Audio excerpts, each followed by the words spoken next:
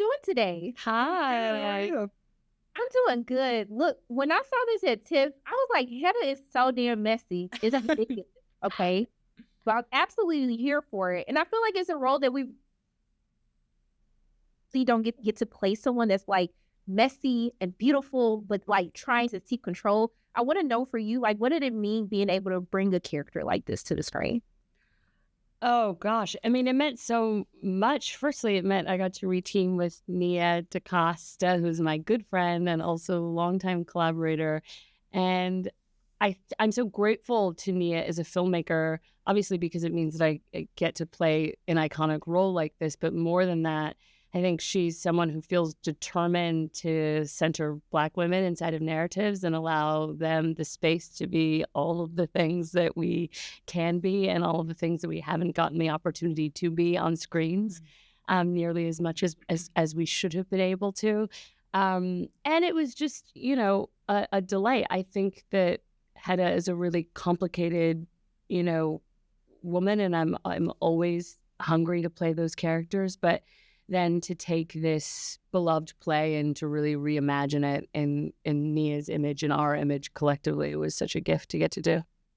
But I mean, Nia, I love that while watching this, it felt like Hedda was a character that was seeking to be seen, but more importantly, to actually be understood, which it felt like a lot of the people that she comes in contact with, they still don't know how to. I'm so sorry. Speaking of things being seen, you have to give me one of these, please. Ma'am, this is stunning. It's beautiful. We're just not going to not talk about this, okay?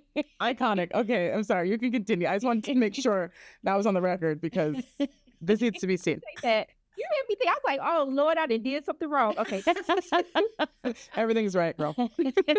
I wanted you to talk about the importance of writing this character who is seen, this beautiful woman who is seen by everyone, but she's not fully understood by the world that tries to combine her. Oh, absolutely. I mean, that was what was so compelling to me about Hedda, that she is desperate to be seen, but it's really hard to actually have people's eyes on you. And that's why I think she wears this mask of beauty in a way, and then of being really put together and of her class. She really wants to be seen, but I think she's also trying to figure out what parts of her she can allow to be seen at the same time. And I think she's also trying to figure out who she is. She's trying to look inside herself. And it's a real struggle, I think, for her to even know that she's on that journey, if that makes sense. I think she's such a great example of just a really complex character, complex person who's really fighting to escape some of the confines that are externally put on her, and also the ones that she puts on herself. But I really love that Hedda refuses to play small. I think that's one of the things that stood out the most. And that's one of the things that I've admired about both of you, about your careers and the roles and projects that you choose to take. So I want to know, like, how has it been for you making sure that you're very intentional about what you do and refusing to play small? Ooh, I love that. Oh gosh. I mean, I wish I always felt that was the case, but I think it was a journey to get there, and I think it's a continuous journey to stay there. I think that was one of the gifts about playing Hedda, is that's a woman that takes up a tremendous amount of space and has no problem doing that. And that's certainly not something that I've always felt comfortable with. I remember, especially for a while in my career, I was so grateful to be there that I couldn't then be critical of the spaces that I would enter. And it wasn't until I was, working enough and felt like I had a solid enough ground that I could start to be like, wait a minute, like there needs to be more people like me in this room. And what are these crews like? And what is the treatment of people on set? And I think that was a big part of wanting to build a company and building Viva Mod, was wanting to think sort of from a bird's eye perspective, not just about sort of my own contribution, but how I really contribute to the industry as a whole. And a lot of that had to do with being more comfortable with, frankly, taking up space. And I think it's been a thing of just something that I've really admired in Nia, is I think it's sort of, you kind of, if you don't sort of see what you long for, then you just sort of create it. You have to create it. And I think she's someone that's been invested in doing that. And I sort of think that's the only way. I agree. Yeah, I've had similar journey of trying to be comfortable taking up more space. I think there's an innate sort of, I don't know what it is, like some sort of confidence that I've had to even get to convincing people to be in my first film, to come join me on the various journeys. But I think now the further I've gotten into my career, the more experience I have, and also just the more I've matured, I'm much more comfortable owning my authority, which I think is a real journey especially for people who look like us in this industry. Look, I want to thank y'all for taking up space. Take up all the space you need. One more, okay?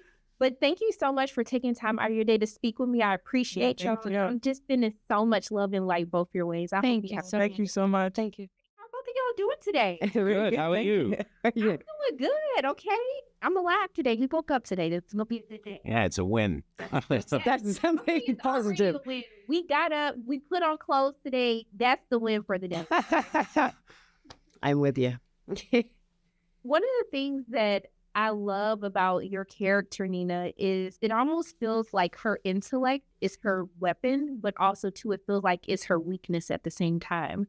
I want you to talk about playing a character that's so intelligent, but kind of lets the games that people play lead to kind of her unraveling throughout the film. Because that's the thing, the tension between intellect and emotions. And sometimes your gut and your emotional center take over, and you can't steer it with the intellect, which I think is something beautiful in us, but also something dangerous and maybe also sometimes self-destructive. And in this case, it is. But it's also, if you have such big intellect, do you say big intellect, strong intellect, you can maybe the world kind of disappoints you in a deeper way, because you kind of hit these walls again and again and again. And I think that's what is happening to her. She is constantly trying to put barriers down, to run against the walls and break them down, and that is it's somewhat exhausting life also. But you just can't stop it because you have the intellect. But it's also, you need these people to kind of put the cracks in the wall at least, and then someone else can break them maybe. So I love her for that. I love her for struggling, and also for being an alive, emotional person with all the flaws that we all can relate to, and doing things wrong and just trying.